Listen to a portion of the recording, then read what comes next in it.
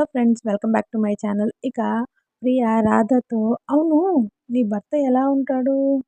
ఎలా ఉన్నా కూడా మా బావ అంత అందంగా ఉండడులే. గంతకు దక్క బొంత ఉంటాడు. అడ్జస్ట్ అయిపో అని ప్రియ అంటూ ఉంటుంది. ఇక ఇంతలో విక్కీ వాళ్ళ అమ్మా నాన్న ప్రియ మాటలు విని వాళ్ళ నాన్న ప్రియ అంటూ గట్టిగా అరుస్తాడు. ఇక తర్వాత దగ్గరికి వచ్చి, అలా అనకూడదమ్మా, రేపు నీకు కూడా పెళ్ళవబోతుంది.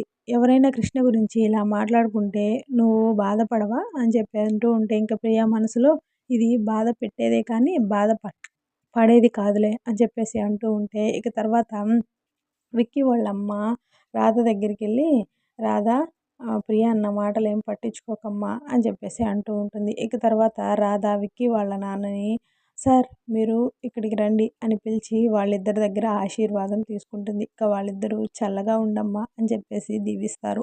ఇక తర్వాత అక్కడి నుంచి వెళ్ళిపోతారు. ఇక తర్వాత ప్రియని పిలిచి రాధ గట్టిగా వార్నింగ్ ఇస్తుంది.